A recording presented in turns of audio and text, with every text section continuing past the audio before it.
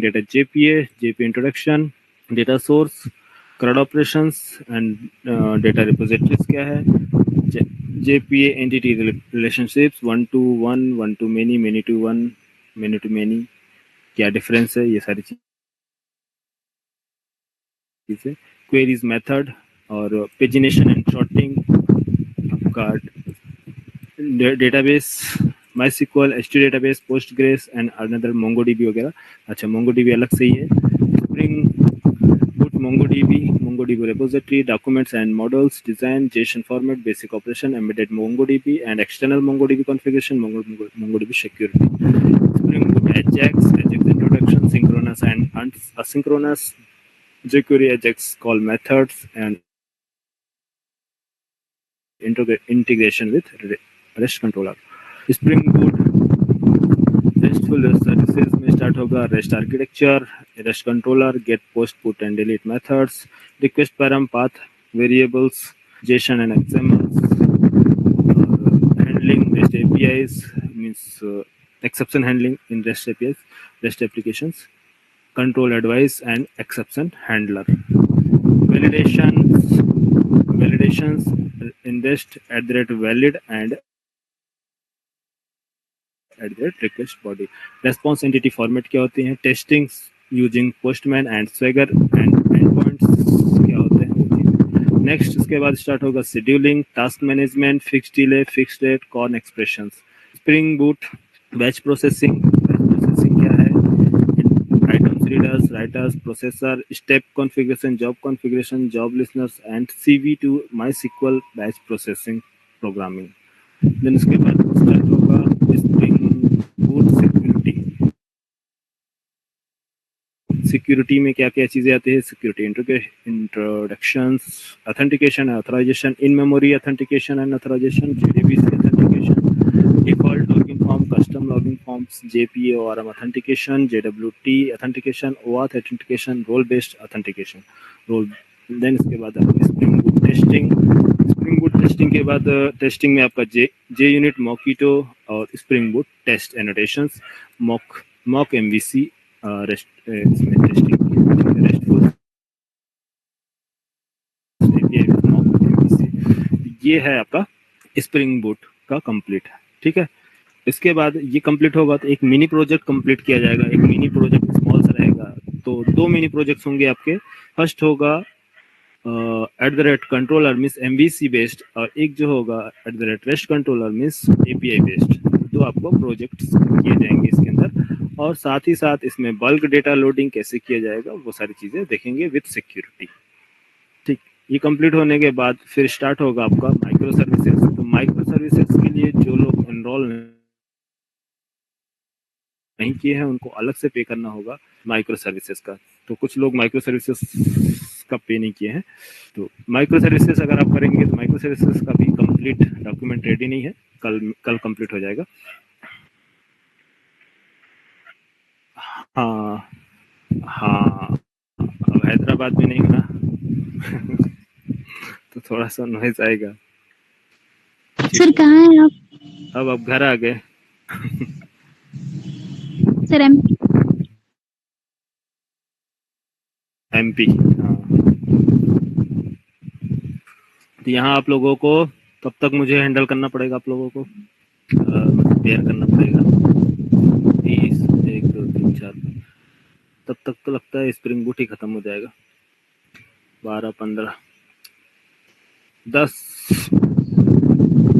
हाँ 14, 15 तारीख तक, अक्टूबर तक देखना पड़ेगा. सर कोई बात नहीं सर, कोई जाएगा, वैसे ही हैंडल किया है सर. हाँ, कोरजा वैसे ही हैंडल किया. हाँ ठीक है. तो 1 मिनट ना रुको, फैन को रुको, उसको फैन इधर करना, तो ओए फैन उधर कर देना उसको. हाँ अब आ रही है, ठीक है.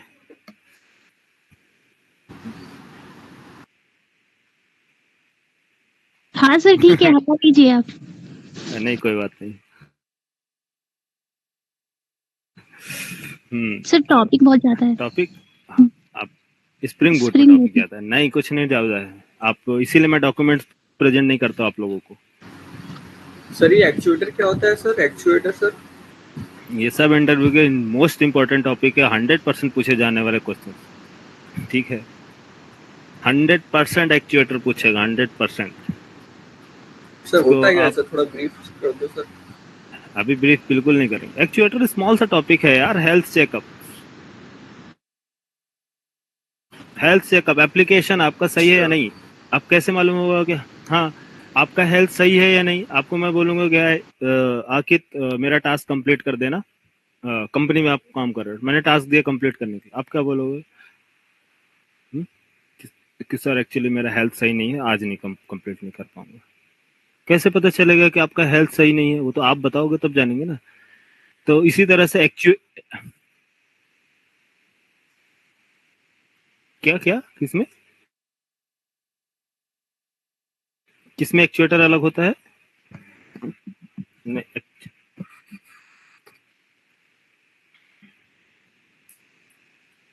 एक्चुएटर डिवाइस के लिए ही होता है। देखो डिवाइस कोई भी है, आप जो आईओटी पढ़ रहे हो सही है, उस जो काम एक्चुएटर का है, तो क्या काम करता है एक्चुएटर? उस एंड पॉइंट्स, जो सर्वर्स के एंड पॉइंट्स होते हैं, एंड पॉइंट्स क्या होते हैं? जैसे कि ये एक प्रकार का ये एंड पॉइंट्स है, तो इसमें meet.google.com, इसके बाद हम जो रिक्वेस्ट सेंड कर रहे हैं ये क्या बन रहा है हमारे एंड पॉइंट्स की, कौन से कंट्रोलर पे जाएगा और क्या लॉजिक हमें एग्जीक्यूट करना है।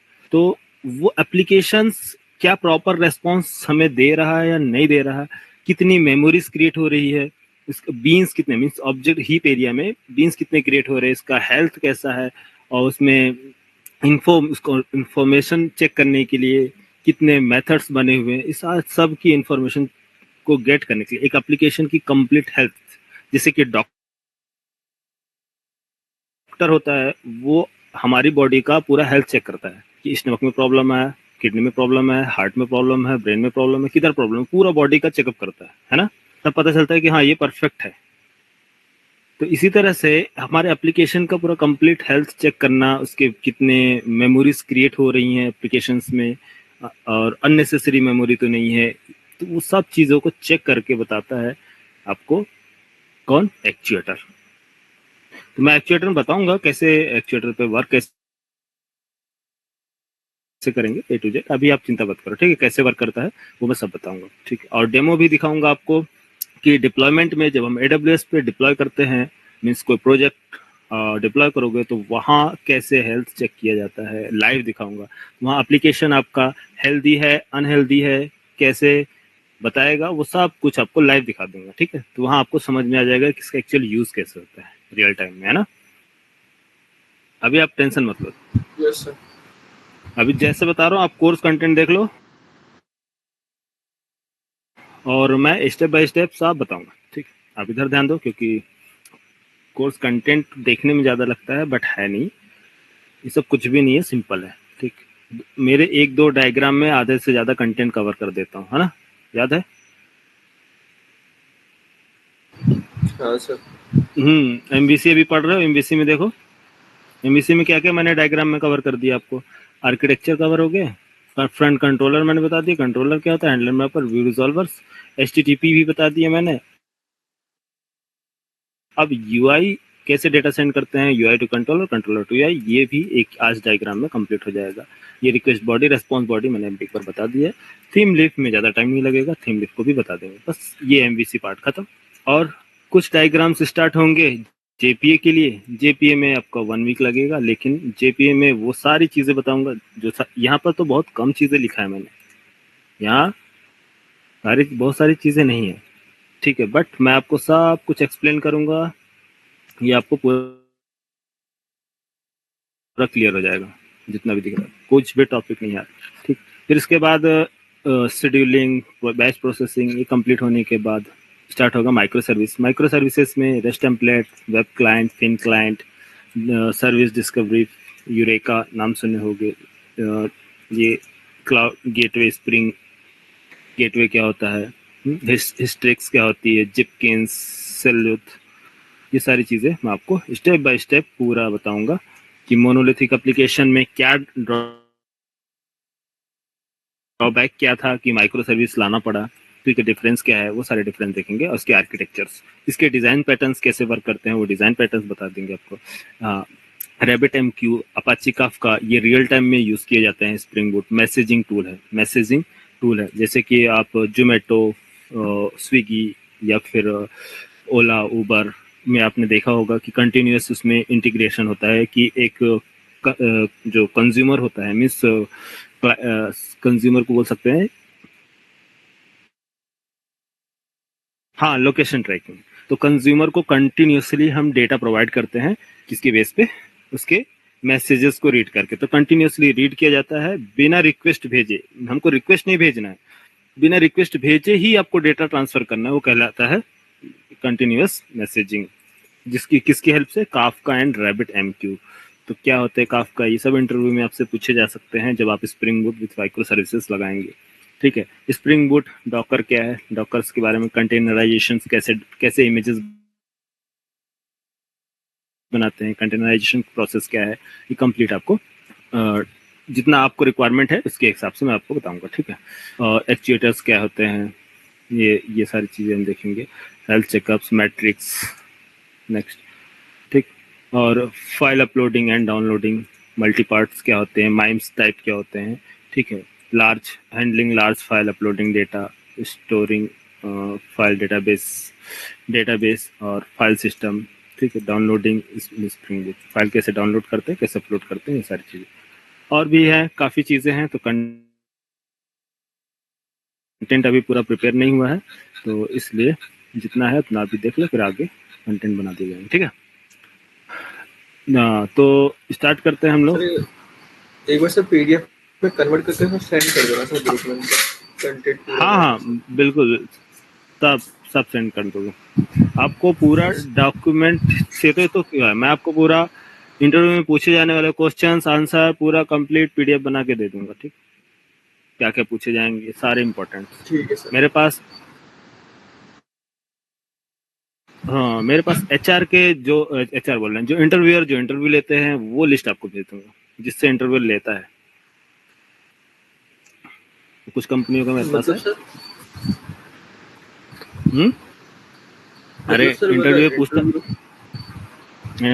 पूछता होगा तो कुछ तो फॉर्मेट होगा, किससे देख के पूछता होगा। अच्छा अच्छा, आपको क्या लगता है कि इंटरव्यू ऐसे ही आग उठा, सो के उठा, क्वेश्चन पूछने लगा? उनके पास भी फॉर्मेट्स होते हैं, उसके बेस पे पूछते हैं, ठीक है। और कुछ इंटरव्यू के मूड के ऊपर है। ज्यादातर सर मूड के ऊपर ही रहता है सर।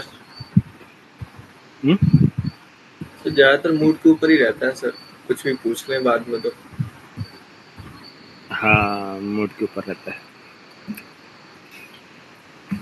चलो ठीक है, तो देखो, मैंने आपको MVC में, और जिन लोगों का कोर्स अभी, जैसे कि जो लोग अभी, संजय और शुभम अभी न्यूली ज्वाइन है, तो इन लोग अभी बिल्कुल भी टेंशन ना ले। जैसा मैं फ्लो बता रहा हूँ आप वैसा आप देखो, 2-3 दिन लगेगा, आप समझो, कॉन्सेप्ट को समझो, फिर उसके बाद जो कॉन्सेप्ट रिपीट होने लगेंगे तो धीरे धीरे सारी चीज़ें क्लियर होंगी, ठीक है। आप एक दिन में सारी चीज़ें नहीं समझ में आएंगी, हो सकता है आपका बेस वीक हो जिसमें समझ में नहीं आ रहा, या फिर मेरी जो स्टाइल है वो आप लोग को समझ में नहीं आ रही होंगी, तो इसलिए थोड़ा सा टाइम दो, धीरे धीरे आपको समझ में आ जाएगा, ठीक है। बाकी मेरे ओल्ड स्टूडेंट, हाँ यस सर, हाँ, ओल्ड स्टूडेंट है, इन लोग को मालूम है मेरे पढ़ाने का तरीका कैसे है, मैं पढ़ाता हूँ, तो थोड़ा सा टाइम जरूर लगता है, लेकिन क्लैरिटी मिलेगी आपको। कैसे हो? Yes sir. सर आप थीम लिप भी पढ़ाने वाले को इसमें? थीम लिप भी पढ़ाने वाले हो आप? हाँ, थीम लिप, बिना थीम लिप के काम कैसे होगा? ओके, क्योंकि कंटेंट देखे ना सर मैंने आपके PDF में, टेक्स्ट फाइल। हाँ, थीम लिप पढ़ाएंगे, ठीक। ओके, ठीक, चलो, तो आते हैं हम लोग व्हाइट बोर्ड पर।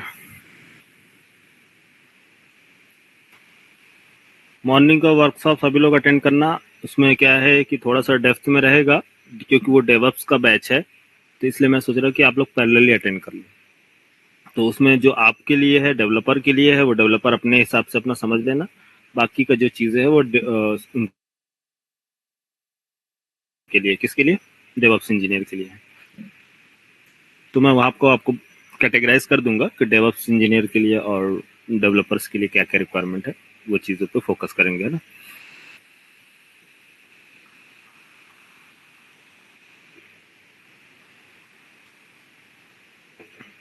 एमवीसी कंप्लीट होने के बाद आप लोग को टास्क असाइनिंग शुरू हो जाएगा, तो आप लोग को प्रैक्टिस करना ज़्यादा से ज़्यादा, ठीक है। कोई भी डाउट हो, सर किसी को भी कोई डाउट हो, सैटरडे संडे आप पूछ सकते हैं या किसी भी टाइम सर कॉल करके जेपीई पूछ के बाद सकते सर मेजर प्रोजेक्ट से स्टार्ट हो जाएगा ना सर, आपने बोला था सर। हैं। हाँ, जेपीए के बाद मेजर प्रोजेक्ट स्टार्ट होगा, लेकिन उससे पहले टू मिनी प्रोजेक्ट पहले कंप्लीट कराएंगे, फिर उसके बाद मेजर प्रोजेक्ट कराएंगे, ठीक है।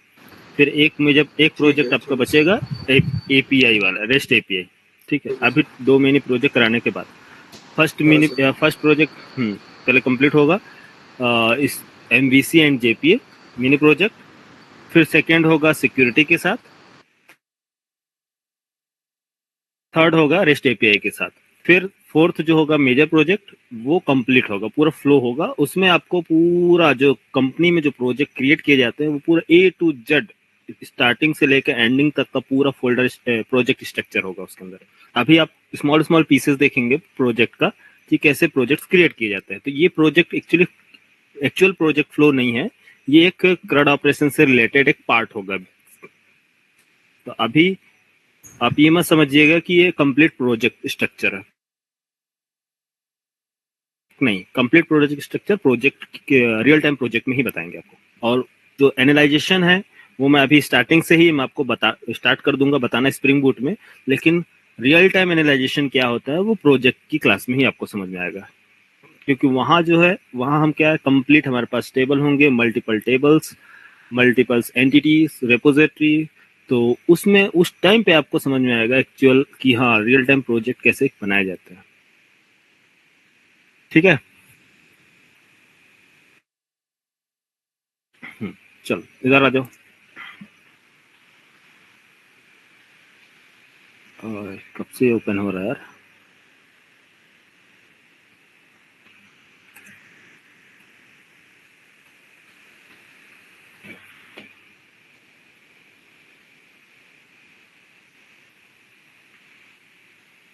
और जो भी आपके फ्रेंड ज्वाइन नहीं कर रहे हैं उनको थोड़ा फोर्स करो कि कहीं कंटिन्यूसली ज्वाइन करें, क्योंकि काफ़ी इंपॉर्टेंट टॉपिक चल रहा है। ये 1 महीना है इम्पोर्टेंट। आप 1 महीना अगर कवर कर लिए तो इंटरव्यू भी आपका क्लियर होगा, और नेक्स्ट प्रोजेक्ट अटेंड कर लिए तो आपका 100% ज्वाइनिंग है। इसलिए ये 1 से 2 महीना बिल्कुल भी मिस ना करें कोई भी। सर बैच 2 मंथ चलते हैं क्या? हाँ, ये 2 महीने का है, स्प्रिंग बूट और प्रोजेक्ट। ओके 2 से ढाई महीने लग जाते हैं प्रोजेक्ट एंड होने में। इस महीने क्या है कि मेरे घर में, मैंने बताया, मेरे छोटे भाइयों की शादी है, तो थोड़ा थोड़ा मैं एक्स्ट्रा क्लास लूंगा आप लोगों के लिए, तो 2-2 3-3 घंटे का तो कवर कर दूंगा उसमें, है ना। Okay okay. सर कब से स्टार्ट होंगे छुट्टियां सर, कुछ आइडिया? छुट्टी तुम्हारी स्टार्ट होगी 20 के बाद से, 20 21 22 से 22 से स्टार्ट हो जाएंगे। 21 22 से मान लो, यहाँ से 21 22 से स्टार्ट होगी, क्योंकि इधर बीच में 2-3-4 दिन काफ़ी मेरा मैनेजमेंट का काम रहेगा ज़्यादा आना जाना। 26 को मेरे छोटे भाई की है, फिर उससे छोटे वाले का 28 को है, फिर 29 को रिसेप्शन है, 30 को भी बिजी रहूंगा, 1 या 2 तारीख से फ्री होंगे, क्योंकि गेस्ट रहेंगे, सबको ड्रॉप करना, जानते ही काम ज़्यादा रहता है सारे शादियों में, मेहमान ज़्यादा रहते हैं, तो घर काफ़ी। सर वो ड्यूरेशन पीरियड में आप प्रोजेक्ट भी असाइन कर सकते हैं ना हमको, 4-5 दिन की। हाँ हाँ, वो इसीलिए मैं कवर कर रहा हूँ ना, जेपीए और स्प्रिंग बोर्ड इसीलिए कवर कर रहा हूँ कि मैं आपको मिनी प्रोजेक्ट कंप्लीट करा दूँ, क्योंकि ठीक है ये इस बीच में आपको इतना टास्क दे दूंगा कि आपके पास टाइम नहीं मिलेगा। और आप लोग टीम वर्क काम करना, क्यों टीम वर्क, क्योंकि मैं पैरेलली आपको वर्कशॉप करा रहा हूँ गिट और ये आपका जीरा, ओके गिट और जीरा, उसमें आपको टास्क असाइन किया जाएगा। गिट में आप लोग सभी लोग कोड कंप्लीट करके एक टीम वर्क की तरह काम करेंगे, जैसे कंपनी में काम किया जाता है। तो मैं आपको टास्क भी असाइन करूंगा और जिसको एलोकेट करूंगा वो क्या करेगा, वो अपने टास्क को कंप्लीट करेगा। ठीक है, तो वैसे आपको रियल टाइम एक एक्सपीरियंस भी मिलेगा, ऐसा लगेगा कि आप किसी कंपनी में इंटर्नशिप कर रहे हैं। ठीक, तो वो भी बेनिफिट आपको मिल जाएगा। ठीक है, चल इधर ये ओपन क्यों नहीं हो रहा है भाई आज। तो देखो, हाँ, फोल्डर स्ट्रक्चर मैंने आपको बताया था। तो फोल्डर स्ट्रक्चर में आपको क्या समझ में आया? जिस तरह से आप नॉर्मल जावा का प्रोजेक्ट क्रिएट करते हैं, नॉर्मल जावा का प्रोजेक्ट क्रिएट करेंगे तो क्या होगा, आपको सिंपल एक फोल्डर क्रिएट किया, उसके अंदर क्लासेस रखा, बस ये क्लासेस ही है, जावा की फाइल है। ये रिसोर्स क्या है? रिसोर्स फोल्डर में HTML फाइल्स, स्टैटिक में CSS and JavaScript files, application dot property, इसमें आप क्या रखेंगे, इनपुट, ये एक इनपुट फाइल्स है जो हम कंटेनर्स को प्रोवाइड कराते हैं। स्प्रिंग कंटेनर्स के अंदर जो बीन्स हमारे स्टोर होते हैं, है ना। और ये टेस्ट फाइल, इस टेस्ट फाइल में क्या होता है, ये वो टेस्टिंग फाइल होती है जो हमें टेस्ट करने होते हैं अपने टास्क को। जो भी आप क्लासेस, स्क्रीन विजिबल नहीं, स्क्रीन विजिबल नहीं सर, स्क्रीन विजिबल नहीं है, मैंने तो सेव किया है। स्टक हो गई है स्क्रीन जहाँ तक। 1 मिनट रुको, सेव कर रहा हूँ।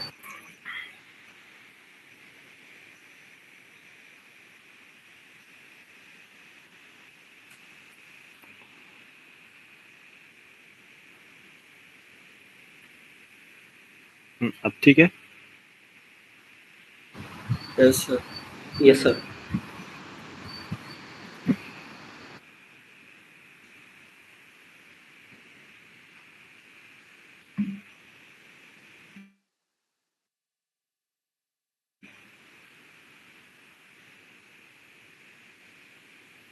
आज दर्शन ज्वाइन नहीं किया क्या?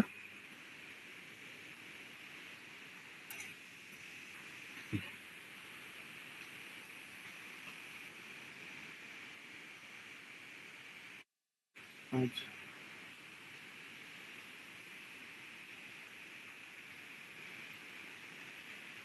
MVC लगता है ज्यादा हैवी हो गया, इस वजह से लोड नहीं ले रहा।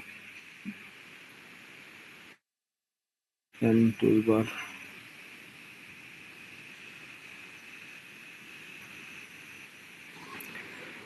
सर वर्ड डॉक्यूमेंट को क्लोज कर दो। वर्ड डॉक्यूमेंट को क्लोज कर दे। अच्छा,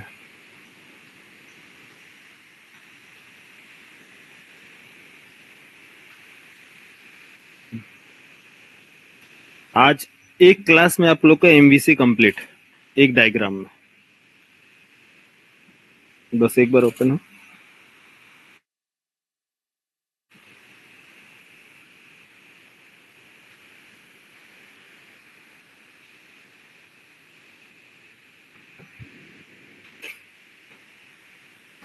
सर न्यू पेज ही ले लो सर।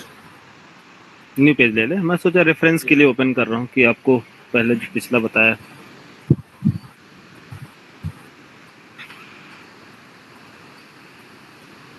हाँ, नहीं ओपन होगा तो न्यू ही देना पड़ेगा, कंटेंट ज्यादा हो गया सो इससे लोड ले रहा। एक तो यहाँ नेटवर्क काफी स्लो है। हाँ सर, वाईफाई भी तो नहीं है सर। अब वो गया जमाना हैदराबाद वाला। स्पीड चेक करो यहाँ का। अब यहाँ 900 KB चल रहा। वाह, ये है नॉर्थ इंडिया। स्पीड में चलता है यार, लेकिन क्या है, मेरा घर ही ऐसी जगह है, मेडिकल कॉलेज के पास, गवर्नमेंट। अब बताओ ऐसी स्पीड में क्या काम होगा? Yes sir. कहाँ 300 Mbps कहाँ? सर पेड़ वेड़ ज्यादा होंगे सर आपके घर के पास आसपास? हाँ हाँ, पेड़ बहुत ज्यादा है, इसकी वजह से प्रॉब्लम आ रही है। वही तो सर, मैं स्पीड तो सर ठीक ही आनी चाहिए सर। ये तो बहुत कम है। बहुत कम है। हाँ क्या, चलो न्यू पेज ले लेते हैं, रुको नहीं ओपन होगा आज। एक न्यू पेज,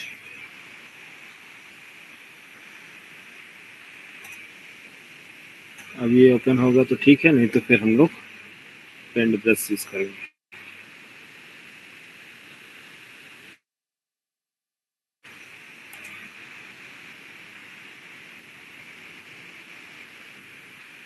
चलो ठीक है,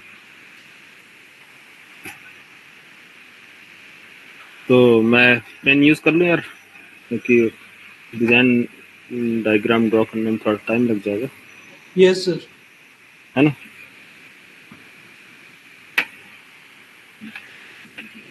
फिर मैं फाइनल ड्रॉ कर दूंगा। हाँ बाद में, अभी समझ लेते हैं, तो उसके बाद फाइनल ड्रॉ करेंगे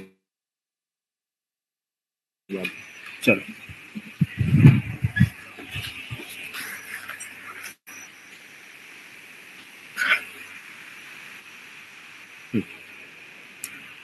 तो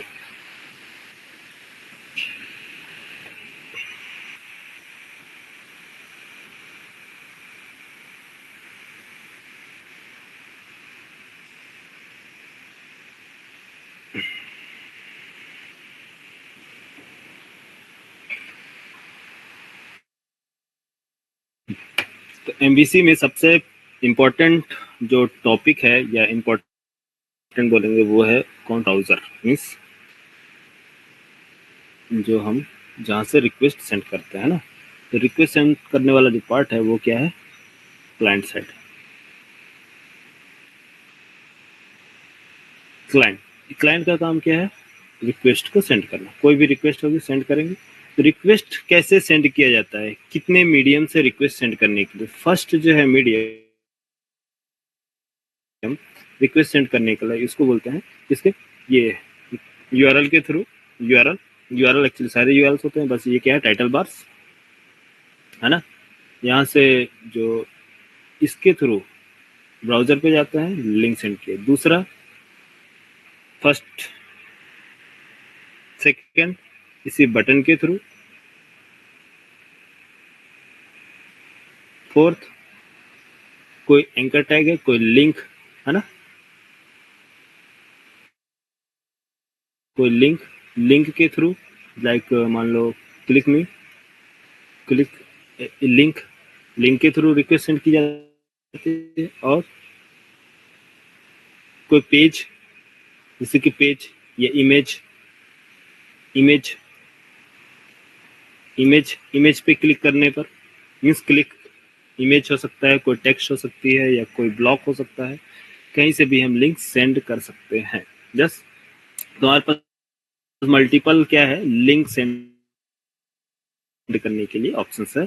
तो ऑप्शन 1 है, सबसे पहला ऑप्शन क्या है, first option, second button, third link, fourth image, और भी मीडियम हो सकते हैं, है ना, ब्राउजर से सेंड करने के लिए।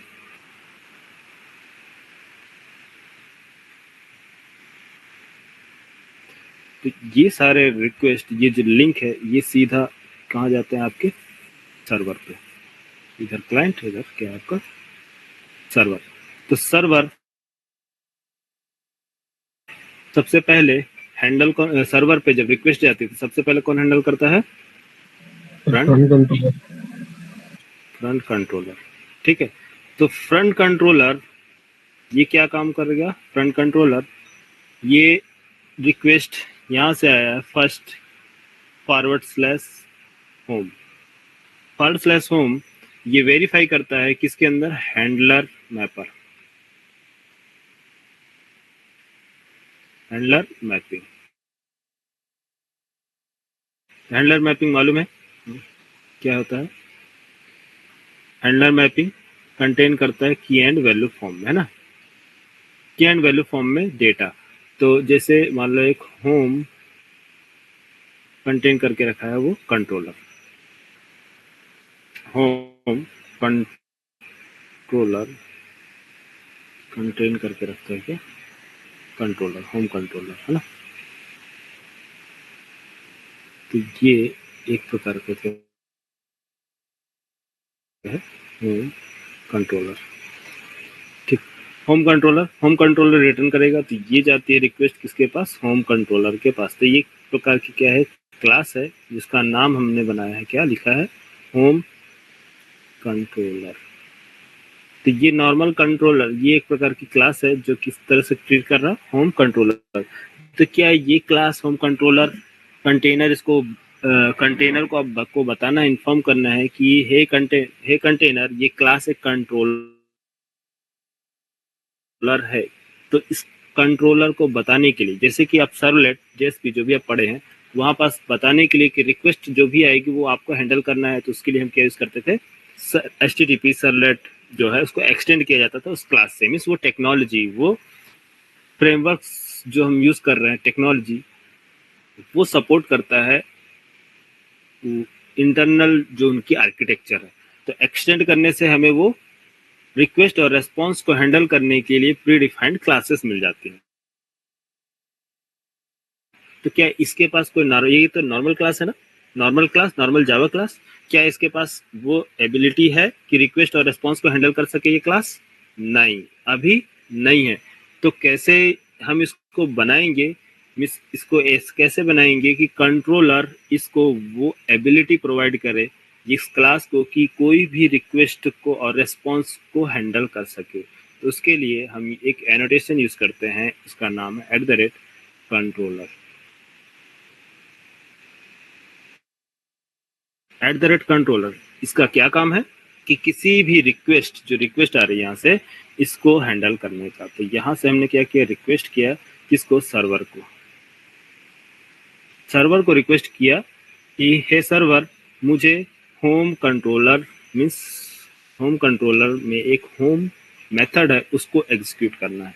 तो ये कंट्रोलर का ये रिक्वेस्ट का क्या काम है, कंट्रोलर में जो मेथड है इसको एग्जीक्यूट करो। तो मेनली इसका काम क्या है, मेथड को एग्जीक्यूट कराना। ठीक है, तो कोई भी मेथड होगी इसको एग्जीक्यूट करने के लिए हम क्या यूज कर रहे हैं, होम कंट्रोलर। कोई भी कंट्रोलर होगा, रिक्वेस्ट और रेस्पॉन्स को हैंडल करने की एबिलिटी किसके पास होती है, कंट्रोलर के पास। कंट्रोलर याद रहेगा। ठीक, नेक्स्ट, अब ये कंट्रोलर, ये जो मेथड है ये रिटर्न करता है एक व्यू नेम। ये क्या रिटर्न करता है, return view name. View name किस टाइप में होगा, स्ट्रिंग फॉर्मेट में। व्यू नेम हमेशा किस में होगा, स्ट्रिंग फॉर्मेट, स्ट्रिंग फॉर्मेट में। व्यू नेम स्ट्रिंग फॉर्मेट में, तो आप कोई भी व्यू का नेम देंगे तो ये कंट्रोलर रिटर्न बैक करता है किसको, फ्रंट कंट्रोलर को। तो फ्रंट कंट्रोलर को इसने क्या रिटर्न किया, व्यू नेम। तो फ्रंट कंट्रोलर एक सर्वलेट है, इसलिए ये नीचे कर रहा हूँ, एक सर्वलेट है, ये कॉल करता है किसको, व्यू रिजॉल्वर को। व्यू रिजॉल्वर क्या करता है, मैप करता है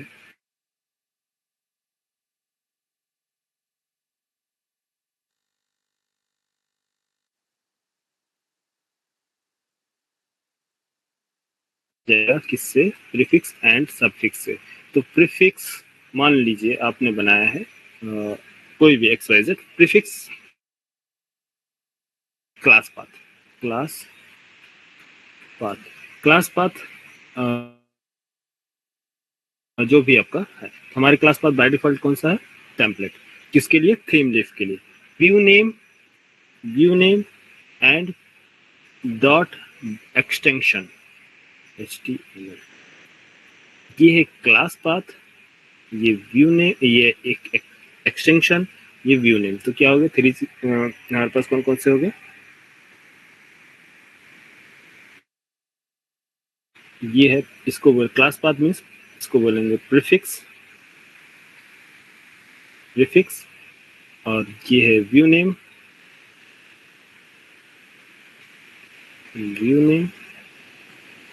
डॉट ये क्या होगा, ये सफिक्स। तो प्रीफिक्स सफिक्स जो होती है ये कहलाता है क्या, क्लास पाथ प्रीफिक्स, और ये एक्सटेंशन कहलाता है हमारा सफिक्स। ठीक है, क्लियर। व्यू रिजॉल्वर का काम क्या है, सिंपल, प्रीफिक्स और सफिक्स को ऐड करना व्यू नेम के साथ। तो व्यू नेम जो भी आएगा इसको ऐड करके ये प्रोवाइड करता है कंप्लीट पाथ। ये क्या प्रोवाइड कर रहा है, ये अब बनाएगा आपको एक कंप्लीट पाथ। अगर हमें पाथ मिल जाएगा तो इसका मतलब कि वो हमें व्यू पेज मिल जाएगा। अगर पाथ मिल गया तो इसका मतलब व्यू पेज का लोकेशन मिलेगा, किसका, व्यू पेज का location, view page location, view page का लोकेशन मिल गया। तो जब व्यू पेज का लोकेशन मिलता है तो हमने ब्राउजर को क्या रिटर्न करना है, इस व्यू पेज को रिटर्न करना है। ठीक, अब देखो, तो ये व्यू पेज रिटर्न किया जाएगा, व्यू पेज रिटर्न किया जाएगा ब्राउजर को। तो व्यू पेज रिटर्न करेंगे कहाँ, ब्राउजर पे, जहां से रिक्वेस्ट आई थी। तो रिक्वेस्ट कहाँ से आई थी, ब्राउजर से। तो हम ब्राउजर को क्या किए, ये व्यू पेज रिटर्न कर दिए, सिंपल। इसके अलावा और कुछ, व्यू पेज रिटर्न कर दिए, इसके अलावा और कुछ नहीं ना, नहीं। तो इस व्यू पेज में, ये व्यू पेज क्या है, HTML। तो HTML में आपने कोड क्या लिखा है, क्या नाम से लिखा है, व्यू नेम। तो जो कोड आप लिखोगे, मान लो आपने इसके अंदर कोड लिख दिया H1 वेलकम,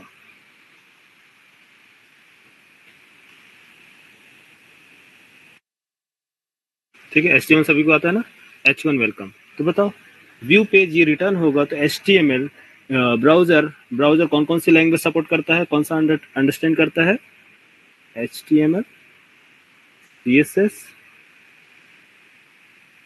JS, इसके अलावा कुछ नहीं। तो यहाँ पर सिंपल ब्राउजर पे डिस्प्ले होगा क्या, वेलकम। तो ये है फर्स्ट स्टेप, ये क्या आपका MVC का फर्स्ट स्टेप, स्टेप 1। तो स्टेप 1 ध्यान दो, अभी मैं आपको प्रैक्टिकली बता रहा हूँ, ठीक है। स्टेप 1,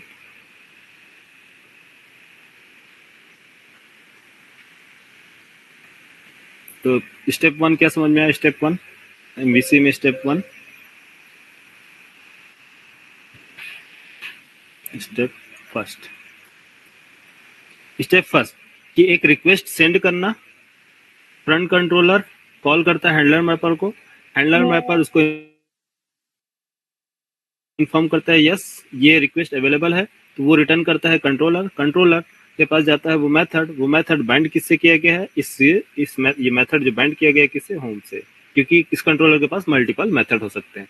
तो यहाँ बाइंड किया गया मेथड होम से, होम मैच किया, यस मैच किया, तो ये रिटर्न करेगा क्या, एक व्यू नेम, और ये व्यू नेम फ्रंट कंट्रोलर को रिटर्न किया जाएगा। फ्रंट कंट्रोलर कॉल करेगा व्यू रिजॉल्वर को, व्यू रिजॉल्वर अपेंड करता है मींस प्रीफिक्स एंड सफिक्स, और वो व्यू पेज का लोकेशन प्रोवाइड करता है, सिंपल,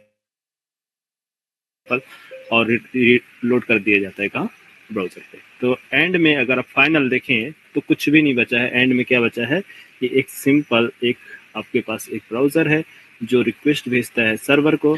तो ये सर्वर एंड में बोलो स्क्रीन फ्रीज हो गई क्या सर, स्क्रीन फ्रीज हो गई, स्क्रीन फ्रीज हो गई, यस स्क्रीन फ्रीज, 1 मिनट, अच्छा इधर है।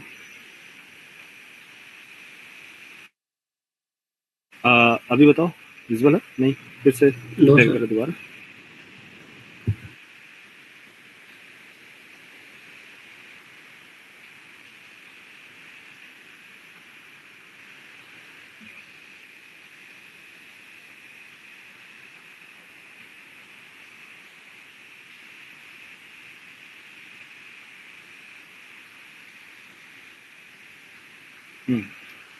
नाउ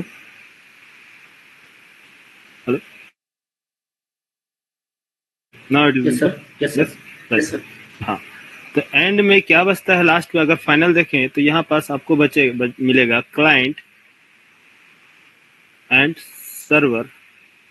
सर्वर आपका क्या है? Spring boot. वेब सर्वर और एप्लीकेशन सर्वर। वेब सर्वर आपका क्या है? टॉमकैट। और एप्लीकेशन सर्वर क्या है? Spring boot. तो हम कहाँ भेज रहे हैं? एप्लीकेशन सर्वर को रिक्वेस्ट भेज रहे हैं। तो वेब सर्वर और एप्लीकेशन सर्वर में अभी आते हैं थोड़ी देर बाद, ठीक है। तो वी आप एप्लीकेशन सर्वर मीन्स एप्लीकेशन जहाँ हमारा रन होता है। ऐप हमारा रन कहाँ हो रहा है? यहाँ। तो इसका काम क्या है? रिक्वेस्ट और रेस्पॉन्स को चेक करना, जो भी इसके बेस पे आया उसको रिटर्न करना। क्या? ये व्यू पेज। तो यहाँ फाइनली पेज क्या रिटर्न किया जा रहा है इससे। अभी कोई डेटाबेस नहीं है, कोई लॉजिक नहीं है, कोई मॉडल नहीं है, कोई डेटा नहीं है। Simple first step, step 1 clear हुआ? Yes sir. और कुछ नहीं समझना। सिंपल क्लाइंट एक रिक्वेस्ट भेजता है, लोड करो इस पेज को, और क्या भेज रिटर्न करना है आपको? इसके बेस पे वो HTML पेज। तो ये है स्टेप 1। तो चलो इसका प्रैक्टिकल देखते हैं, फिर इसके बाद सेकंड कॉन्सेप्ट पे आएंगे। चले कोड लिखें।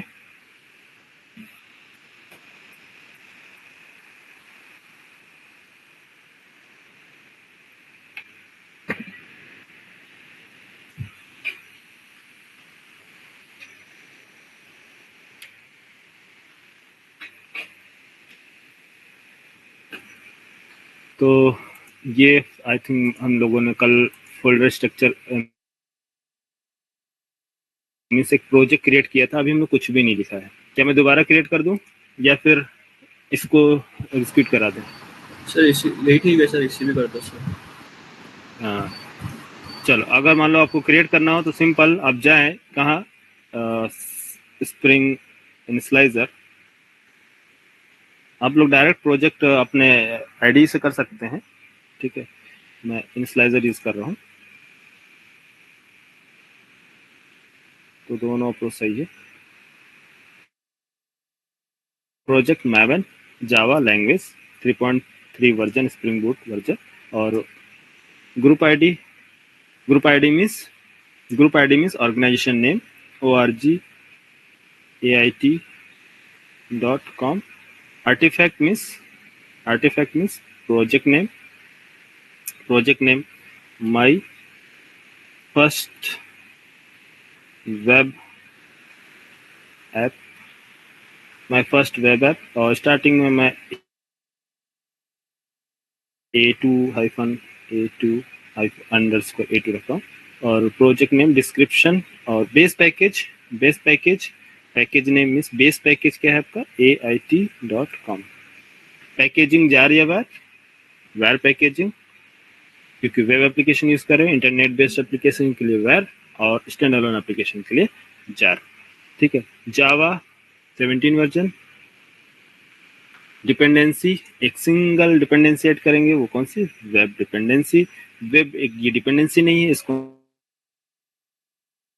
हम बोलते हैं स्टार्टर डिपेंडेंसी। ये जितनी भी रिक्वायरमेंट, जो भी रिक्वायर्ड जार्स हैं, वो सारे डाउनलोड कर देंगे आपके अपने प्रोजेक्ट में। तो जनरेट, और ये हो गया जनरेट। और यहाँ से चलते हैं, चेक करते हैं हमारा प्रोजेक्ट। ये आपको मिलेगा यहाँ से प्रोजेक्ट जिप फाइल। और आप इस जिप फाइल को अपने फोल्डर लोकेशन में, जिधर आप ने वर्क स्पेस क्रिएट किया है, वहाँ जाके बैकएंड स्प्रिंग बूट वर्कस्पेस और पेस्ट। एक्सट्रैक्ट हियर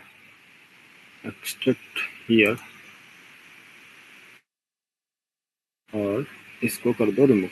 तो ये आपका प्रोजेक्ट। इसको सिंपल आईडी ओपन कीजिए, file, import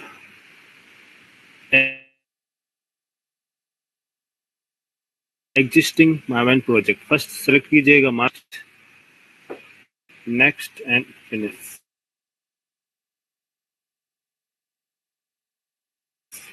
workspace A1 A2 ना, सॉरी A1 ऑलरेडी अवेलेबल है। 1 मिनट बैक। A2 कौन सा प्रोजेक्ट यूज कर लिया हमने? मैवर इंपोर्ट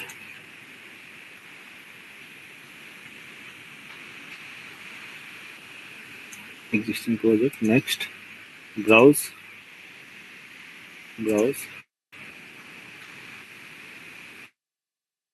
जावा full stack backend spring boot और A2 my first project select, ये नेक्स्ट एंड फिनिश। जब आप इसको फिनिश करेंगे तो नीचे देखो, नीचे लास्ट में राइट बॉटम यहाँ पास बिल्डिंग स्टार्ट, इसके बाद सारे जितने भी जार्स होंगे वो डाउनलोड किए जाएंगे इंटरनेट से।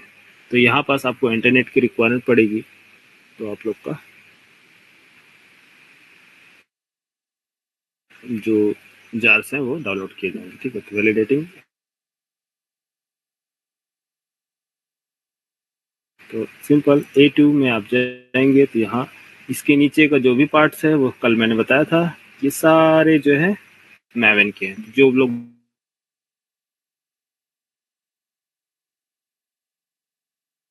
आप लोग एक बार जाके देख सकते हैं। ठीक है, तो मैवन आप अटेंड करेंगे तो वहां से आपको समझ में आ जाएगा टारगेट फोल्डर क्या है, मैवन डिपेंडेंसीज क्या है, ये सारे क्लासेस क्या है, टेस्ट फाइल्स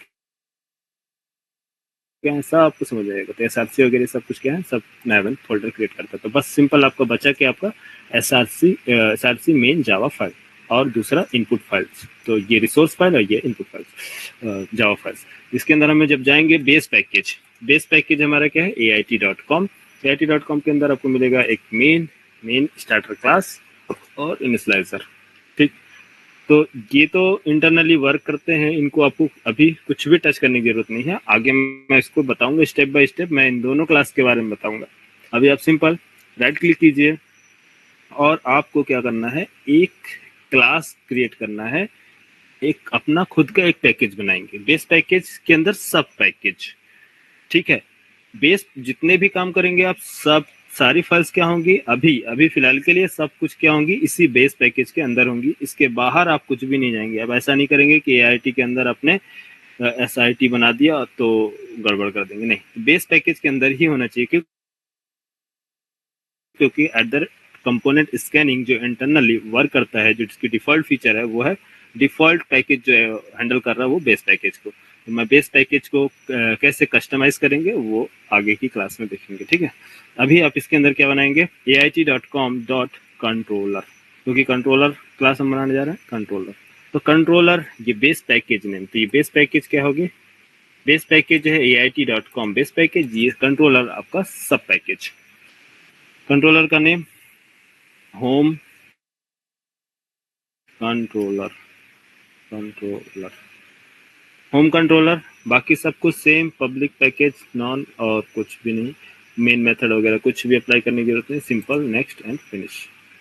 तो ये एक नॉर्मल क्लास है, जावा क्लास है, जिसको हम जा रहे हैं बनाने क्या, कंट्रोलर। तो कंट्रोलर बनाने के लिए क्या करते हैं, कैसे कंट्रोल IC कंटेनर समझेंगे कि ये कंट्रोलर है, इसके लिए एक एनोटेशन अप्लाई करेंगे, @controller, राइट, @controller मेंशन करने से ये आपका जो क्लास है अब ये एक कंट्रोलर क्लास की तरफ बिहेव करेगा, मींस रिक्वेस्ट और रेस्पॉन्स को हैंडल करने की इसके पास एबिलिटी आ गई है एक एनोटेशन से। ठीक है, तो अब हमें बाइंड करना है, मींस एक मेथड एग्जीक्यूट करना है। कौन सा method, public load home page, है ना, load home page, load home page. और ये आप बताओ, मैंने अभी बताया ये रिटर्न करता है स्ट्रिंग टाइप ना, ये व्यू नेम रिटर्न करता है। तो किस टाइप का रिटर्न करता है, string type, string double quotes. View name क्या होगा, हाँ व्यू नेम होम, हाँ, तो इसका इस मेथड का रिटर्न टाइप क्या बनेगा, स्ट्रिंग यस सर, राइट, बस। और कुछ भी नहीं, इसके अलावा कुछ देना है नहीं।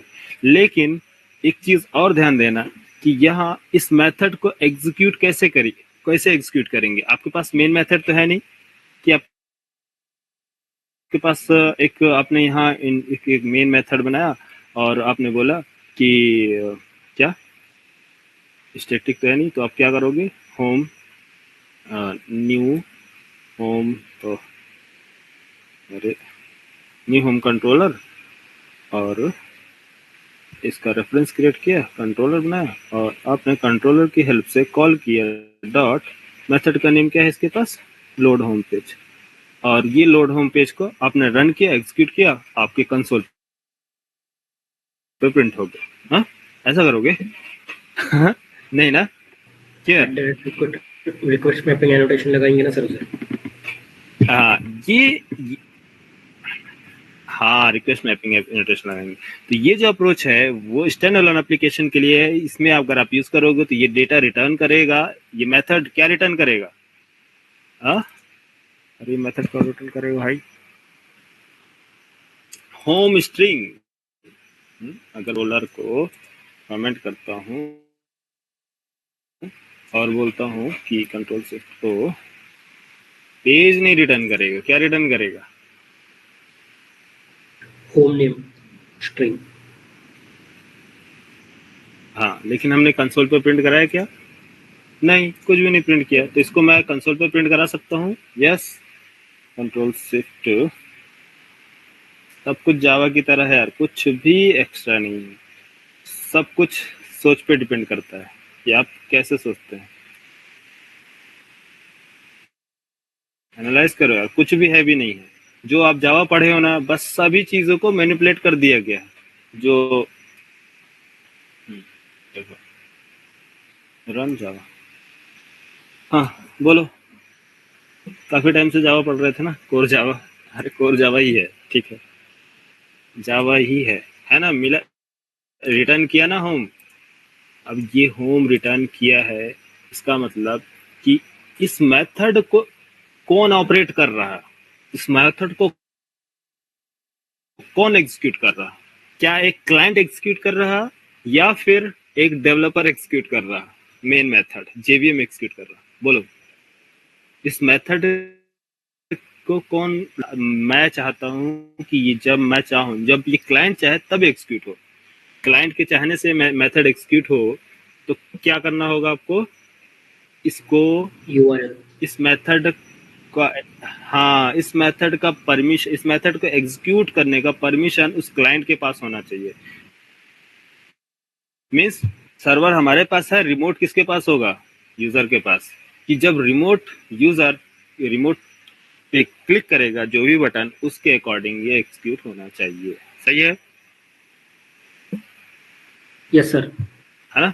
अगर अगर मैं चाहता हूं कि नहीं यूज रिमोट, अगर, हाँ ठीक है, इसने बोला कि किसके बेस पे? अगर यूआरएल यूजर भेजता है तो उसके बेस पे।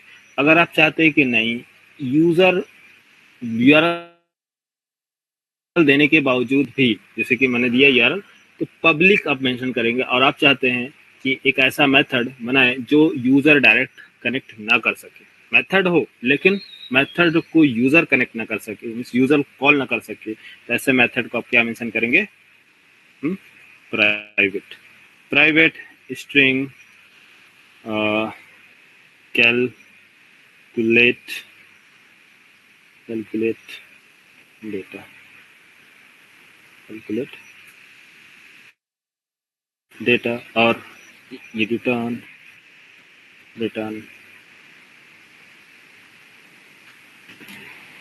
तो ये भी एंटर हुआ।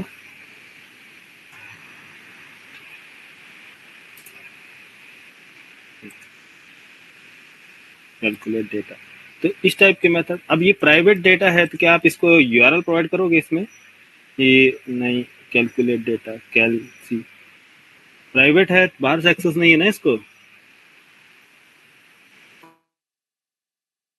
कोई यूआरएल के थ्रू एक्सेस कर सकता है क्या बाहर से? प्राइवेट मेथड, प्राइवेट वेरिएबल्स नहीं ना, उसके लिए पब्लिक मेंशन करना होगा।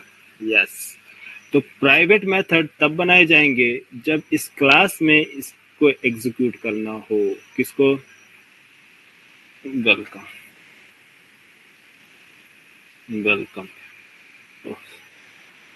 प्राइवेट मेथड तब बनाए जाएंगे जब इस मेथड की रिक्वायरमेंट किसको हो? इस मेथड की, इस मेथड को हो। तो कैसे? प्राइवेट, और इसको मैं स्टैटिक, प्राइवेट स्टैटिक, और ये रिटर्न करता है स्ट्रिंग टाइप का मेथड, और क्या नेम है उसका?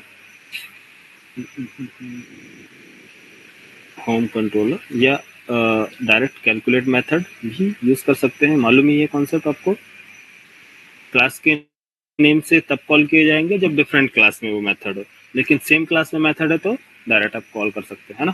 तो डेटा, अब ये डेटा रिटर्न क्या करता है, जो भी रिटर्न करेगा उसके अकॉर्डिंग मैं यहाँ पास प्लस डेटा, ठीक है। लेकिन ये यूआरएल के थ्रू कौन एक्सेस किया जाएगा, आपका होम यूआरएल आएगा तो हम एक्सेस करेंगे ये यूआरएल,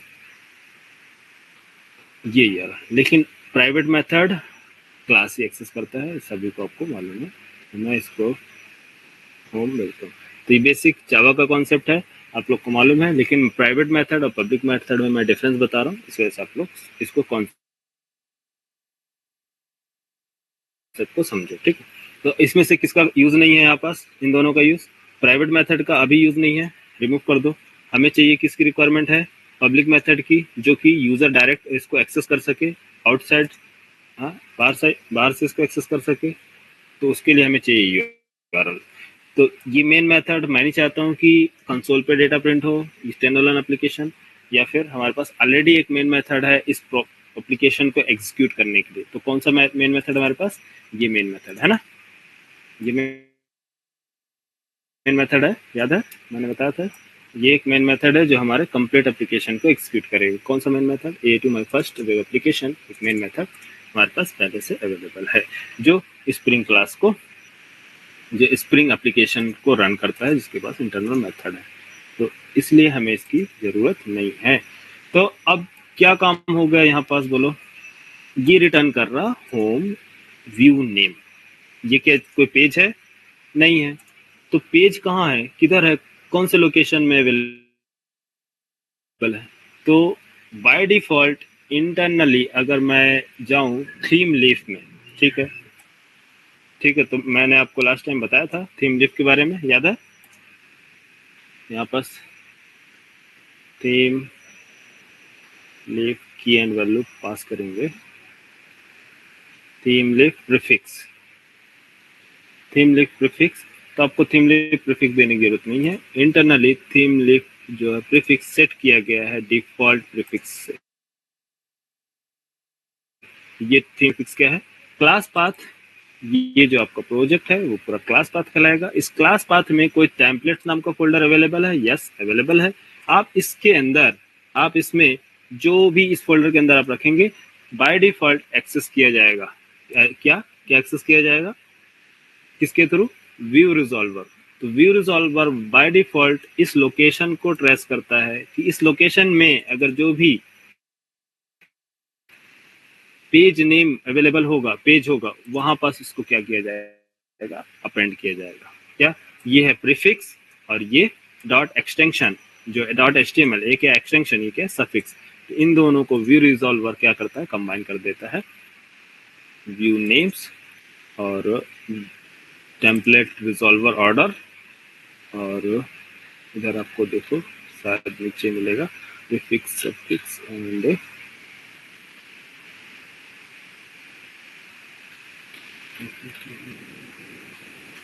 ये देखो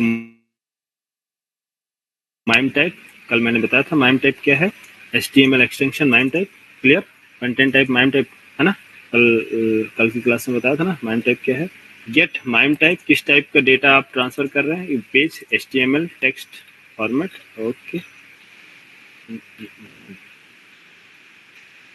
ठीक है। मीडिया टाइप माइम टाइप, चलो। तो यहाँ मीन्स बाय डिफॉल्ट अगर आप की मेंशन नहीं करते हैं, कुछ भी की एंड वैल्यू मीन्स लोकेशन नहीं बताते हैं, ये हमारा फाइल अवेलेबल कहाँ है, तो वो by default view resolver search कहाँ करेगा, आपके टेम्पलेट फोल्डर के अंदर। तो आपको व्यू पेज क्रिएट करना है तो किधर करेंगे, टेम्पलेट फोल्डर के अंदर, तो HTML पेज। अब यहाँ पर देखो बाय डिफॉल्ट याद रखना है, यहाँ पर देखो बाय डिफॉल्ट टेम्पलेट है, लेकिन ये आईडी आपको वेब ऐप के अंदर लेके जा रहा, वेब ऐप में आप HTML फाइल क्रिएट करेंगे या फिर टेम्पलेट के अंदर, बोलो। हाँ, वेब ऐप के अंदर है, टेम्पलेट के अंदर, टेम्पलेट फोल्डर के अंदर। टेम्पलेट फोल्डर के अंदर क्या नाम रखोगे, होम.html। home.html पेज, और नेक्स्ट एक्सटेंशन नहीं भी प्रोवाइड करोगे तो बाय डिफॉल्ट ये HTML ही है तो HTML ले लेगा तो home. Next HTML5 latest version है, HTML4 ओल्ड हो चुका है तो आप लोग लेटेस्ट HTML5 यूज करें। नेक्स्ट, इसके बाद फिनिश। तो ये एक नॉर्मल HTML पेज है जिसको क्या लिख क्या था तो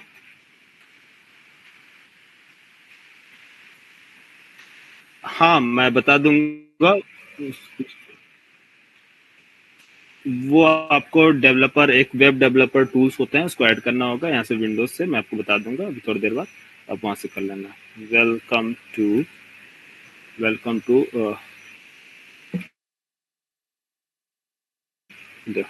my first web application, welcome to my first web application, simple, close, बस ना और कुछ। अरे बोलो, कंट्रोलर रन। अच्छा, अब यहाँ तक पहुंचेंगे कैसे? यहाँ तक पहुंचेंगे कैसे? यूआरएल से। तो किसके कहने पर इसको आपको एग्जीक्यूट करना है? यूजर के कहने पर। तो उसके लिए मैं अभी फिलहाल यूज करता हूँ एक मेथड मैपिंग, जिसको बोलते हैं गेट मैपिंग। गेट मैपिंग में बाइंड करेंगे क्या? URL home. अगर होम यूआरएल भी बाइंड करना तो बाइंड कर सकते हैं, नहीं करना तो कोई इशू नहीं। सिंपल रन प्रोजेक्ट, और कुछ run on server, Apache Tomcat, Apache Tomcat 9, select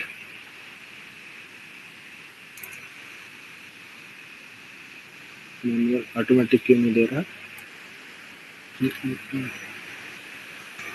oh sorry, हम लोगों को रन ऑन सर्वर नहीं करना, हमें स्प्रिंग बूट एप्लीकेशन रन करना है। ठीक है, क्या रन करना है? स्प्रिंग बूट एप्लीकेशन, इसलिए वो प्रॉब्लम क्रिएट कर रहा था।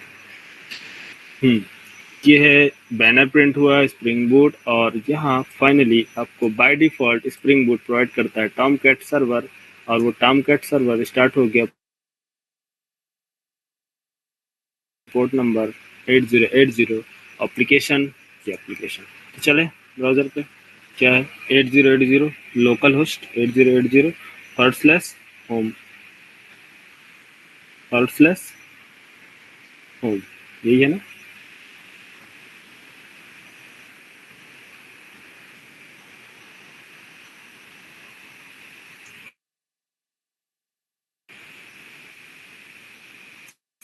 ओ हाँ, कोई बताएगा क्यों प्रॉब्लम आया?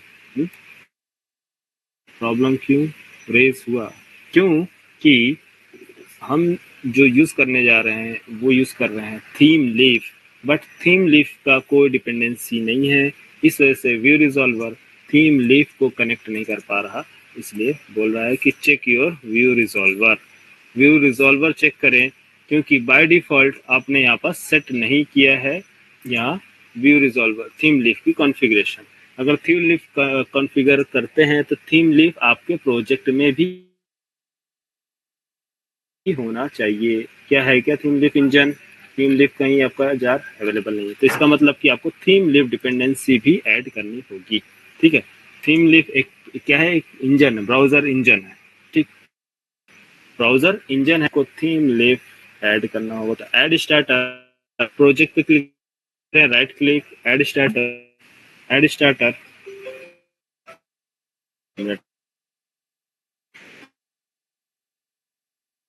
हेलो,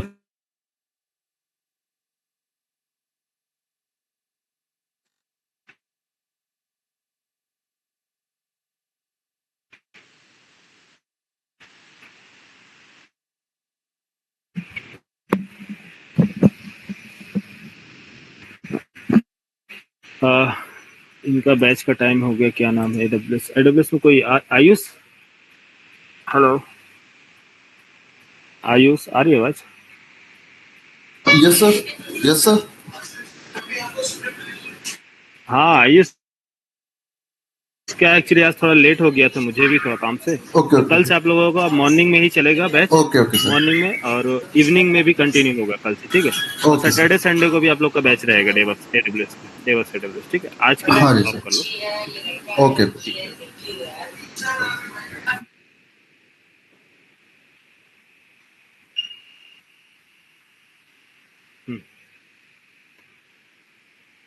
तो कौन सी डिपेंडेंसी ऐड करनी है? Means starter, theme leaf add कीजिए। नेक्स्ट एक वेब एप्लीकेशन, दूसरा थीम लीफ।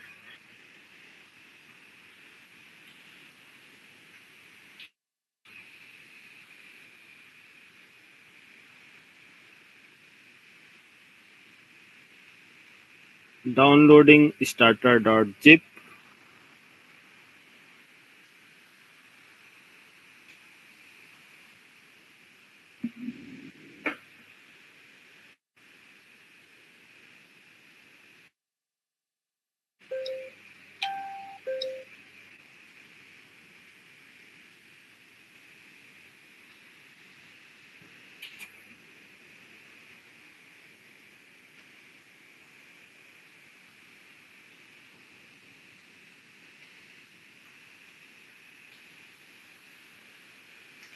इतना टाइम क्यों?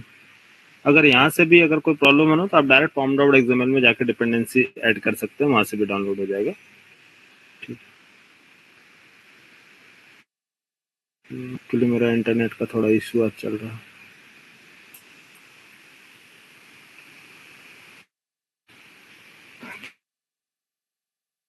ठीक है, तब तक हाँ। तो सबसे पहले आपको प्रोजेक्ट क्रिएट करने के लिए सिंपल प्रोजेक्ट सभी लोग क्रिएट करेंगे, चेक करेंगे। फर्स्ट डिपेंडेंसीज ऐड करनी है, means starter create project like project create कीजिए। Add starter starters and create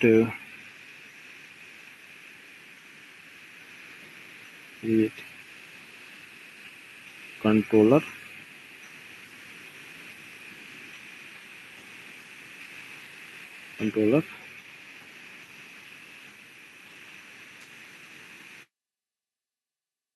and create one HTML files, HTML page. तो स्टार्टर्स में ऐड क्या करना है आपको? स्टार्टर्स में web dependency and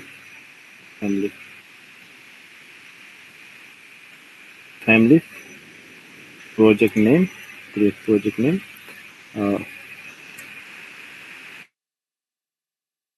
first web project,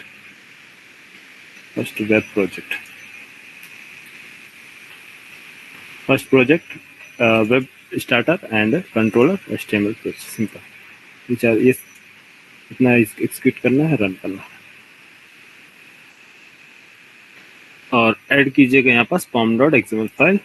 pom.xml के अंदर स्टार्टर्स आपका ऐड होगा और फिनिश।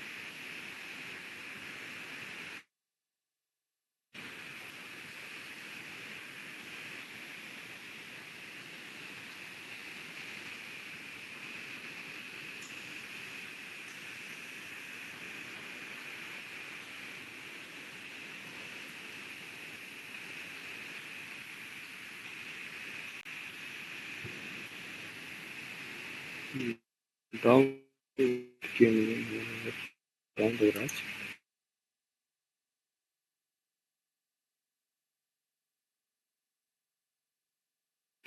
सर नेटवर्क चेक कीजिए, नेटवर्क स्लो होगा।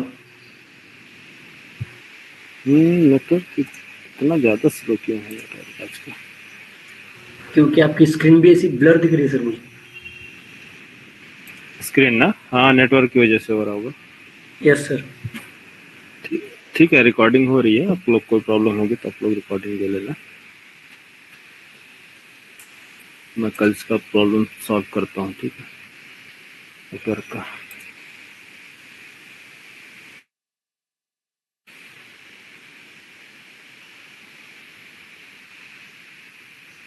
अरे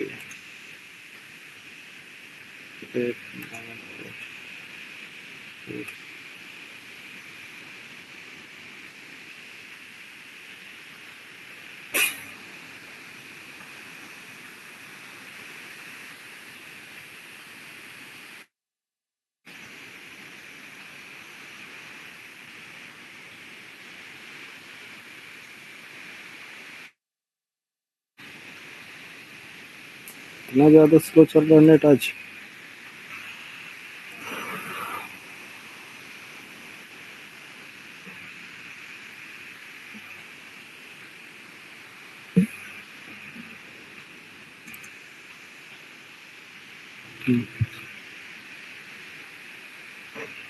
Refreshing update.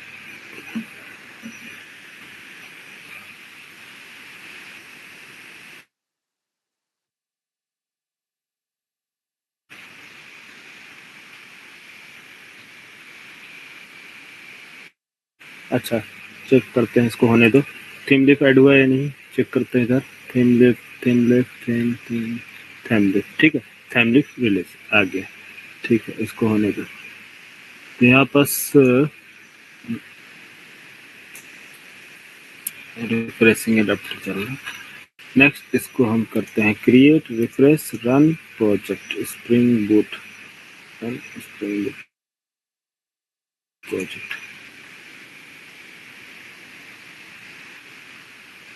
प्रोजेक्ट और internet request URL refresh welcome to my first page. ठीक है, सिंपल। कितने लाइंस का कोड हमने लिखा, कितने लाइन का कोड है हमारे पास? एग्जीक्यूट हो गया लोकल सर्वर पे हमारा कोड। Yes, ये sir. है रिक्वेस्ट। हाँ, अब एक और स्मॉल सा डायग्राम। अब देखना, कितना इजी कर दूंगा, आप लोग को कभी भी प्रॉब्लम नहीं आएगी समझने में, काफी इजी वे में बताऊंगा। धीरे धीरे बस आप इसमें एक्सटेंड करते जाएंगे चीजें। तो फर्स्ट ये ब्राउजर है, ब्राउजर से सबसे पहले यूजर ने क्या किया, सबसे पहले यहाँ यूजर जब भी ओपन करेगा सबसे पहले क्या लिखेगा, डोमेन नेम, पोर्ट नंबर नहीं लिखता है यूजर, बट आप लिखेंगे एंड URL, होम URL। तो पहला रिक्वेस्ट सर्वर को कौन सेंड कर रहा है, यूजर ना, टेस्ट। और उसको क्या मिला, रिक्वेस्ट सेंड किया, इसको रिटर्न में क्या मिला, रेस्पॉन्स।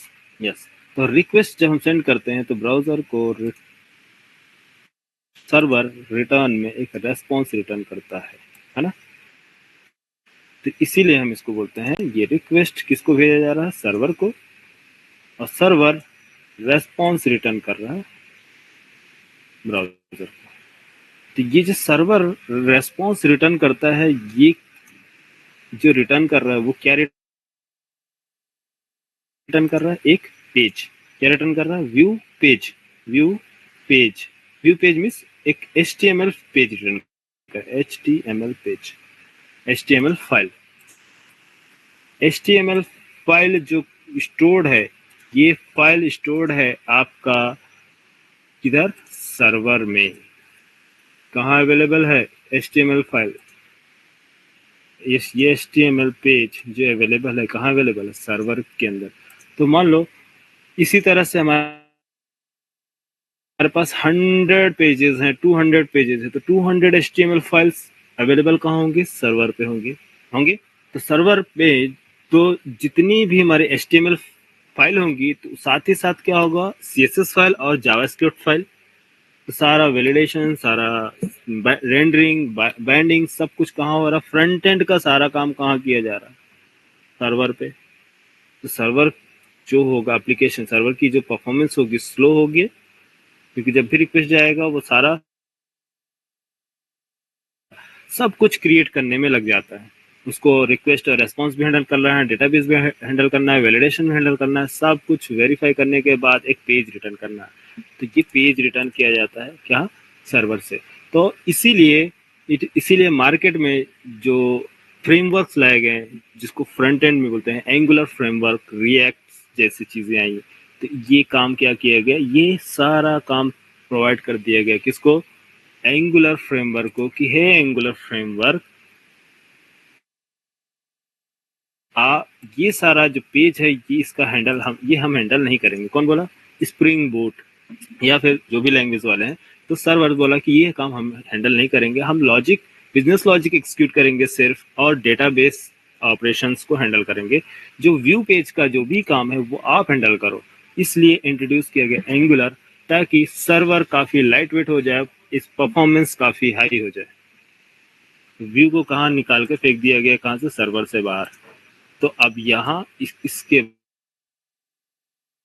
बाद जो स्टार्ट होता है एंगुलर फ्रेमवर्क वो हैंडल करता है। बट अभी एंगुलर फ्रेमवर्क नहीं पढ़ रहे हैं, इसलिए व्यू पेज को भी हमें कहाँ रखना होगा? सर्वर में। जब एंगुलर रिएक्ट की बात होगी तो इसको निकाल दिया जाएगा, इसको हम क्या बोलते हैं? कंपोनेंट बोलते हैं इसमें, एंगुलर फ्रेमवर्क में। क्योंकि मेरा फुल स्टैक का बैच है, इसलिए मुझे दोनों चीजें लेके चलनी पड़ रही है, बट आप लोग को भी बेनिफिट होगा समझने में। ठीक, समझे यार? एंगुलर वाले ठीक है, समझे यहाँ पास कॉन्सेप्ट? हाँ, तो यही व्यू पेज है जो हम कंपोनेंट्स क्रिएट करते हैं। हाँ, क्या क्या क्या? इंटीग्रेशन ना? हेलो, हाँ इंटीग्रेशन बताएंगे, कैसे इंटीग्रेट करते हैं बताएंगे। बट अभी फिलहाल के लिए इस व्यू पेज को आप समझो कि ये सर्वर में प्रेजेंट है, लेकिन जब हम एंगुलर के साथ इंटीग्रेशन करेंगे तो हम ये व्यू पेज सर्वर में नहीं बनाएंगे। ये व्यू पेज कहाँ बनेगा? एंगुलर फ्रेमवर्क मींस एक अलग सर्वर पे एग्जीक्यूट होगा। तो एंगुलर एक अलग सर्वर पे, कौन से सर्वर पे एग्जीक्यूट होता है? बाय डिफॉल्ट पोर्ट नंबर इसका क्या है? 4200 मीन्स एक सर्वर दूसरे सर्वर पे मीन्स, हाँ, तो एक सर्वर दूसरे सर्वर से कम्युनिकेट कैसे करता है? यूआरएल के थ्रू। आया समझ में? यूआरएल के थ्रू, क्योंकि एक मशीन से दूसरे मशीन को रिक्वेस्ट भेजना है तो उसका आईपी एड्रेस चाहिए और डोमेन नेम, होस्ट नेम, तभी वो एक मशीन दूसरे मशीन से कनेक्ट कर पाएगा, नहीं तो नहीं कर पाएगा। तो सभी मशीन का क्या होता है? एक आईपी एड्रेस होता है और डोमेन नेम बोल सकते हैं या फिर होस्ट नेम। तो किसी भी मशीन को कनेक्ट करने के लिए हमें दो चीजें चाहिए, वो है आईपी एड्रेस और होस्ट नेम। तो ये होस्ट नेम है, तो होस्ट नेम अगर आपको मिल जाए तो आईपी एड्रेस कैसे फाइंड करेंगे?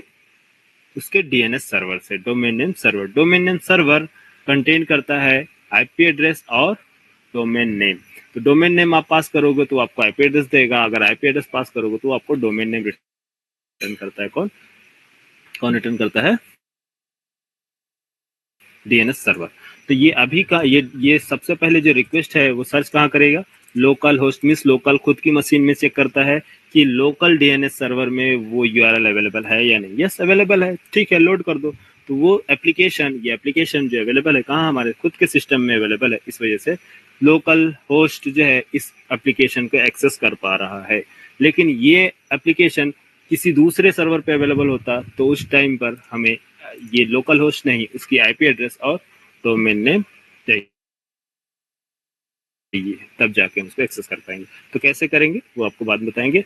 यहाँ पास इतना समझ में आया? रिक्वेस्ट, पहली रिक्वेस्ट जो जा रही है ब्राउजर से सर्वर पे, क्या लेके जा रहा है? यहाँ से क्या लेके जा रहा है? एक होम यूआरएल। और इस होम यूआरएल को बाइंड कौन कर रहा है? एक कंट्रोलर। क्या नाम है कंट्रोलर का?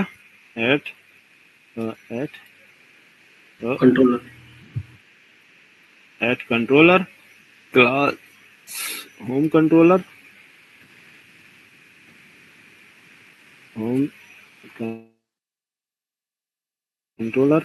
होम कंट्रोलर के पास एक मेथड है जो मैप किया गया है गेट मैपिंग से। क्यों गेट मैपिंग से? क्योंकि रिक्वेस्ट जो आ रही है किसके थ्रू आ रही है?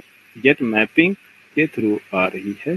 तो इसलिए हम इसको कनेक्ट कर देंगे इस मेथड को कि हे गेट मैपिंग, आप इस मेथड को एग्जीक्यूट कर दो जिसका नाम है load page, load first page, जो भी नाम लेना है ये पेज, और ये रिटर्न करता है आपको view name, return view name. View name ये किसको रिटर्न करेगा? व्यू रिजॉल्वर को।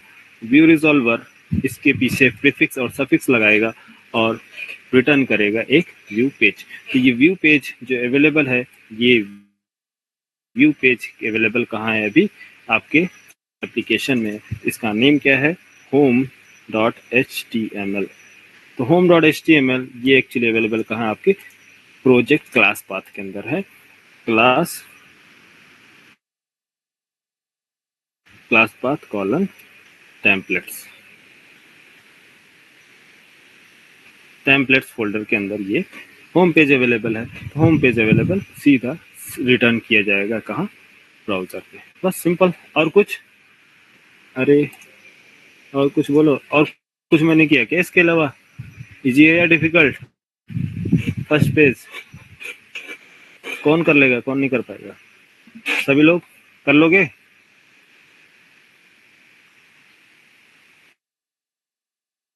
Yes sir. हाँ तो सिंपल, हाँ काफी इजी है। कल मैं आपको डेटा के साथ हैंडल करना बताऊंगा, तो उसमें आपको ज्यादा, ये मैंने आपको गेट मैपिंग, पोस्ट मैपिंग और रिक्वेस्ट मैपिंग ये सारी चीजें मैंने बता दिया है। अगर जिसको डाउट हो तो मेरा प्रीवियस लेक्चर देखने का, ठीक है?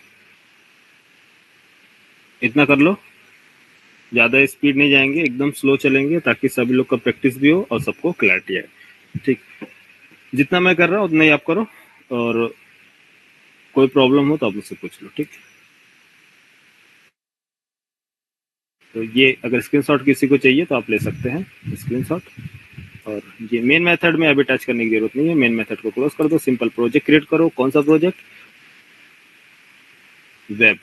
पैकेजिंग क्या होगी? वेब। और यहाँ इसकी थीम लिव डिपेंडेंसी ऐड करना है और ये ऐड करना है। तो आई थिंक आपको समझ में आ गया होगा, कुछ भी कोड में है नहीं, है ना? बस दो ही चीज़ तो हमने लिखा है यार। दे लो स्क्रीनशॉट।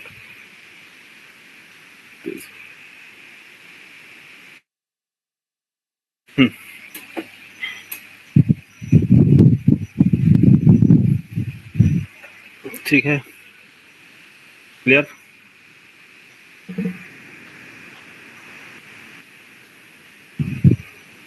कल डेटा के साथ हम काम करेंगे। हाँ, तो उसमें डेटा कैसे आपको सेंड करना है, वहां आपको कंप्लीट एमवीसी का समझ में आएगा डेटा के साथ। अभी सिंपल एक पेज रिटर्न करा है, कल हम डेटा बाइंड करना सीखेंगे, डेटा कैसे हैंडल करते हैं, ठीक है? चलो, वेब ऐप कॉन्फ़िगर करने होंगे, वेब -inf फोल्डर क्रिएट करने होंगे आपको। Prefix by default JSP page he return करता है ना सर हमें? हाँ, by default template suffix by default JSP page return करता है, और प्रीफिक्स हमें लोकेशन बताता है कि जेएसपी पेज आपका कौन से लोकेशन पे। हाँ, तो आप अगर आपको अभी आप क्या रिटर्न कर रहे हैं यहाँ पास? HTML page. तो HTML पेज जो है थीम लीफ HTML, मैं आपको अभी नेक्स्ट क्लास में JSP and theme leaf engine दोनों में डिफरेंस क्या है जब मैं बताऊंगा तो आपको समझ में आ जाएगा कि क्या एक्चुअली इसके पीछे की लॉजिक क्या है, क्यों हम JSP हम क्यों यूज नहीं कर रहे हैं, थीम लीफ क्यों यूज कर रहे हैं, क्या पर्पस है। तो थीम लीफ मैंने आपको बताया है डेमो में, सॉरी आपके स्प्रिंग बूट कंटेंट में आपका अवेलेबल है थीम लीफ। तो जैसे ही डेटा पार्ट में आएंगे, डेटा अभी मैं डेटा बताना हूँ, कल बताने के लिए बोला था, तो वहां मैं बताऊंगा, तो वहां आपको JSP और थीम लीफ में डिफरेंस समझ में आ जाएगा, ठीक है? क्यों हम JSP यूज नहीं कर रहे हैं, है ना? अभी आज के लिए तरह आज मैंने जब प्रोजेक्ट किया ना, स्प्रिंग कोर, स्प्रिंग जेडीबीसी और स्प्रिंग एमवीसी करके ही पूरा क्रड ऑपरेशन बनाया। अच्छा, चलो बढ़िया है, अब बनाइए। अभी आप अपनी तरफ से जो भी आप कर रहे हैं प्रैक्टिस कीजिए, ठीक है? मैं डिफरेंस सारी चीजें बताऊंगा, सब मैं डिफरेंस बताऊंगा, कब क्यों यूज किया जाता है, पहले यूज किया जाता था, आप क्यों नहीं यूज कर पा रहे हैं, पहले के लॉजिक कैसे लिखे जाते थे, अब कैसे लिखे जा रहे हैं, सब बताएंगे, ठीक है? चिंता करने की जरूरत नहीं, ताकि आप ओल्ड प्रोजेक्ट भी समझ सके और माइग्रेट भी कर सके कंपनी में प्रोजेक्ट पे। ओके, चलो ठीक है, okay, good night. Thank you यार। कौन है? Happy teachers day. Thank you everyone. Sir happy teacher day sir. Thank you चलो, अब क्या है, अवेलेबल तो है नहीं अभी, मैं तो पार्टी सेलिब्रेट करते। कोई नहीं सर। चलो, अच्छे से आप लोग बढ़िया प्रिपेयर करो, आप लोग का इस साल सभी लोग का जॉब हो जाए, प्लेसमेंट हो जाए। Yes sir.